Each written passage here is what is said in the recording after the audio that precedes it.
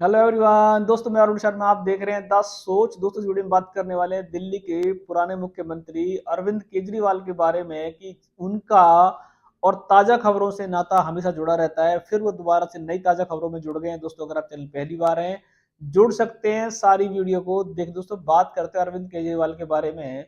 शराब घोटाले के सरगना के आरोप लगे थे, जिसके चलते उनकी आधी से ज्यादा पार्टी ने जेल की हवा खाई, तिहाड़ में रहे। खुद भी पार्टी की तरफ से वो जेल में जाते रहे, आते रहे, और फिलहाल उनको जमानत मिली।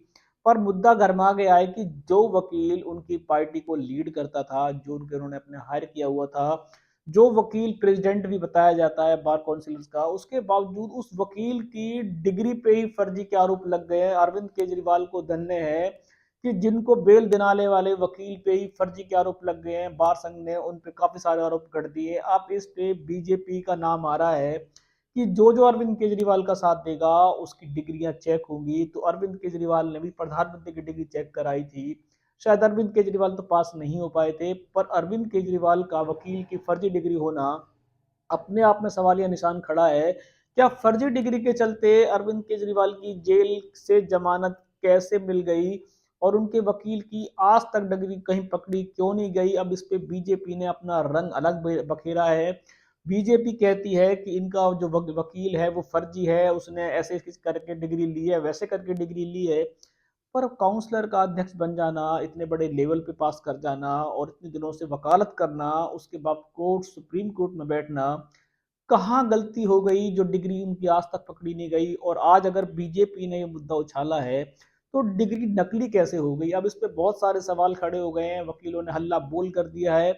अब इस पे आम आदमी पार्टी ने चुटकी ली है। वो कहते हैं कि ये कोई हल्ला बोल नहीं है, ये बीजेपी के सिखाए हुए कुछ वकील हैं, कुछ नेता हैं, कुछ मीडिया है।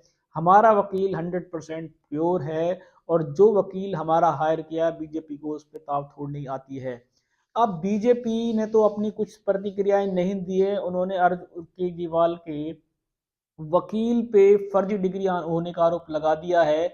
अब इस पे जांच कमेटी बैठेगी, बीजेपी बैठाएगी, सरकार बैठाएगी, कौन बैठाएगा ये तो समय बताएगा।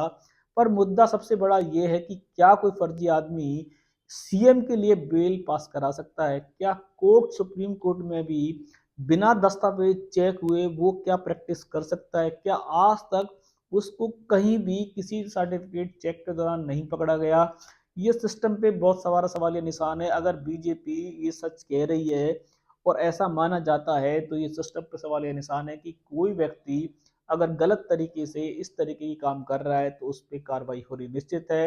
अरविंद केजरीवाल को बेल मिली या नहीं मिली वो अलग कंसेप्ट है। पहला कंसेप्ट ये है, क्या फर्जी दस्तावेज के चलते कोई भी व्यक्ति अपनी प्रैक्टिस स्टार्ट कर सकता है? क्या सिस्टम को मजबूत होने की जरूरत नहीं है? क्या बीजेपी या अन्य पार्टियां जब जगाएंगी तभी जगने की जरूरत है?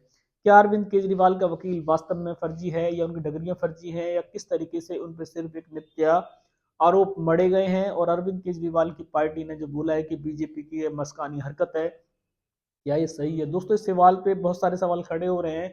फिलहाल अरविंद केजरीवाल को जमानत दिलाने वाले उनकी पार्टी के वकील जो को उनको हायर किया हुआ था, उस पे फर्जी डिग्री होने के आरोप लग गए। अब कितना सही है कितना झूठ है, एक जांच कमेटी डिसाइड करेगी। और अरविंद केजरीवाल ने अभी इस चीज का मुद्दा बीजेपी में फोड़ दिया है। अब कौन सही है कौन सही नहीं है ये तो आने जाने वाले समय में पता पड़ेगा। इस रुझान पे सटीक विश्लेषण लेके आएंगे, क्या अरविंद केजरीवाल सही है, या बीजेपी या कि अन्य पार्टियों का आरोप सही है, या उनकी डिग्रियां वास्तव में फर्जी हैं। सटीक विश्लेषण लेके आएंगे। अगर आप चैनल पहली बार हैं, जुड़ सकते हैं हमारी सारी वीडियो को। मैं अरुण शर्मा लूंगा नई सोच के साथ। अपना ध्यान रखें। नमस्कार।